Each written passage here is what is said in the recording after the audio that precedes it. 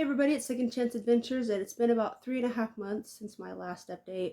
The last time I talked to you guys was right after I had my 1 year anniversary from gastric bypass surgery, and in 1 year I lost a total of 124 pounds, and I announced that I was in my second trimester of being pregnant. Today is actually February 26th, 2024, and I'm actually going to have a C-section on the 28th. So I'm going to have it at 37 weeks. My Twitter account has been blowing up with a lot of questions from women and a few men, but like mostly women who are kind of curious about what happens while you're pregnant right after gastric bypass surgery. And it wasn't right after. It wasn't exactly 18 months like you're supposed to, but it is what it is. They're asking questions like, how much weight have you gained? Are you able to eat? Are you still throwing up? How are your pregnancy symptoms and everything like that? So I'd like to just make a really quick video to kind of summarize all that in one. Because after a couple days, I'm not going to be available for literally anything for a few months, going through the whole newborn stage again and with a toddler. So it's going to be a little more challenging. Let's see. So when I had my 1 year anniversary, I lost 124 pounds. So that was exactly 346 to 222, if I'm doing the math right. But today I weighed myself and I've actually gained 11 pounds, which is really nothing. I mean, I know some women gain like 20, 30, 50 plus. So 11 pounds is really nothing, really. And really, that's mostly just baby and the water and whatever you want to call it, amniotic fluid, that kind of thing. So I'm going to be having a boy, and hopefully things will be all right. It'll be my second C-section, and I hear that sometimes the second one is a little harder than the first one, but we'll just see what happens.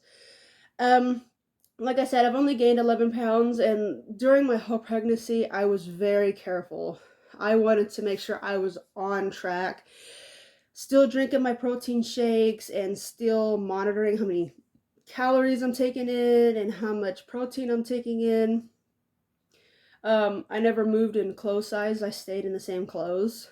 I don't even look pregnant, to be honest. Like, at the end of the video, I'm gonna include a picture of like the full body of what I look like. I don't even look like I'm 9 months pregnant. I've had people tell me, recently, like, I didn't even know you were pregnant. Like, I live in these apartments, and one of the maintenance guys that works here, he's really nice, he's cool. And I told him, yeah, I'm here next week. I'm gonna be bringing a baby home. Like, you're adopting a baby? I said, no, I'm going to have a baby. He goes, you don't even look pregnant. I'm like, I know, thank you. So, like I said, 11 pounds. And another secret that I used to make sure that I didn't go back off track is that I am a huge fan of My 600-Pound Life, the TV show with Dr. Now.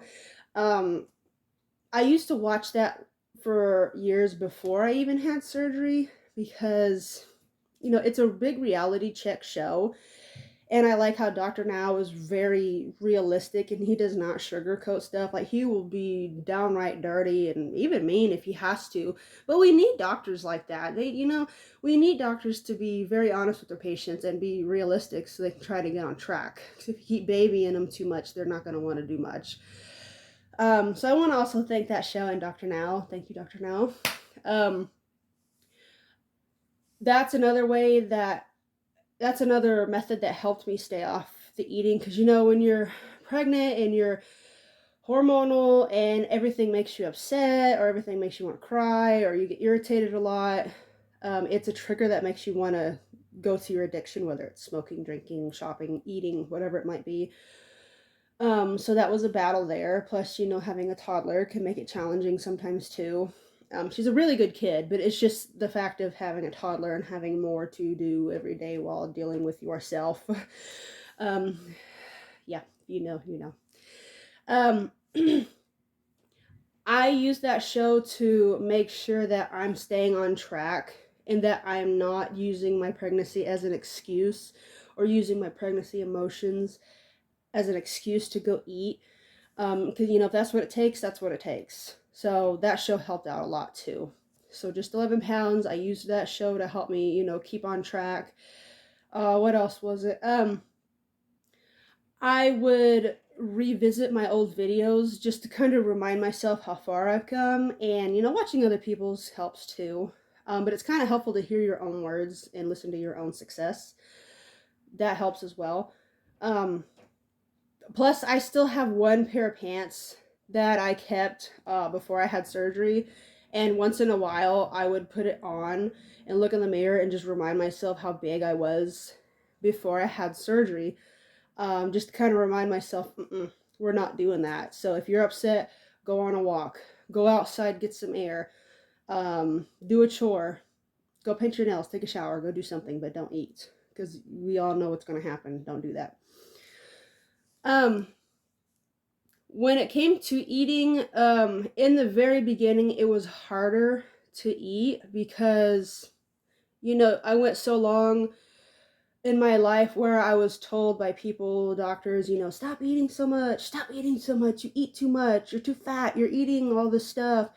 And then you have surgery like that, and literally your stomach gets tore out. And then you are like repulsed by the idea of food, the smell, the taste, the texture, the feeling of it in your stomach. Just ill, ill, ill, ill, ill. And, and then when I found out I was pregnant, I had to take more vitamins. I've been taking 2 times the amount of women's vitamins, and I take prenatals, and I do what I can to get even more protein in and drink way more water. It was hard because, you go your whole life being told not to eat. And then you have a surgery where you don't want to eat because you're just turned off by it. And then you're in a situation where you have to eat. So it's a lot of, again. So yeah, it kind of throws you off. It does. But like I said, you have to do what you have to do. And my OB was awesome. I've had her since I was a very, very young adult, like 17, 18. She's been really helpful. So baby's doing very well. Just to update, he's very well. He's very long. He's actually taller than average of 37 weeks, but that's cool. Just like me, I'm pretty tall. What else is there? So pregnancy symptoms. So it's kind of weird for both babies that I've had. I never threw up. I never got nauseous. Never had the morning sickness for either one. Never really had backache with the first one, but this one, it's weird. After losing over 120 pounds, you would think you would have less back pain, but for some reason with this one, like I had some cramping in my back, but I don't know, who knows. Maybe it just has a really big head. Sorry, son, if you're listening to this in years in advance. Let's see, for both of them, like my feet were never swollen. Even in the first pregnancy when I was close to 400 pounds, my feet never got big and puffy and swollen. It was weird. Never had pregnancy cravings with the first one, but it's only been like the last 2 weeks where I wanted something for this pregnancy, and it's really just been a bowl of Captain Crunch. It's weird. You would think candy, pies or cookies. No, just a bowl of Captain Crunch. But you want one thing, but the surgery says, yeah, okay. Yeah, we know that's not happening, because if you do, it's just going to go right back out. You know better, so just ignore it. With this pregnancy, it was harder mentally and emotionally, and that was only because, having to fight the whole food thing and making sure I am eating enough, but I'm not gaining any weight, at least any unnecessary weight. Like I said, it's only been 11 pounds, which isn't really anything at all. It's mostly just baby and fluid and stuff. It's just been hard mentally and emotionally because, like I said, the eating, and I'm stressed that I'm going to be eating so much and I'm not going to realize it and I'm gaining a bunch of weight, and I didn't do that. I'm just trying to be really precautious because I just do not want to go back to that person ever again. That was a complete nightmare life to live. It really is.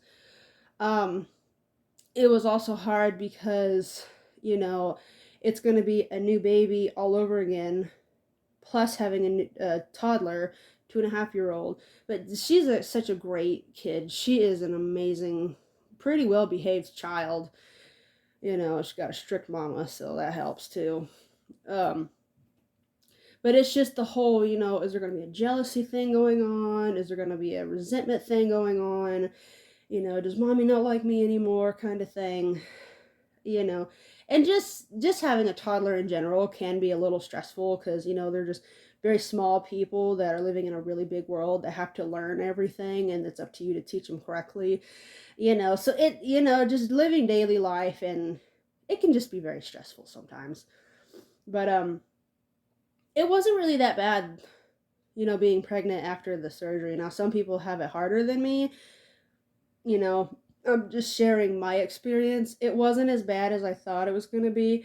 It was a little more work because I wasn't really eating, but the baby is actually just fine.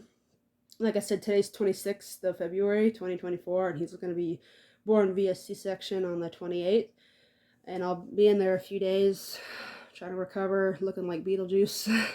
So I don't know. I just thought I would kind of make a really quick video of how much I gained during my pregnancy, since I only have like 2 days left. What's 2 days?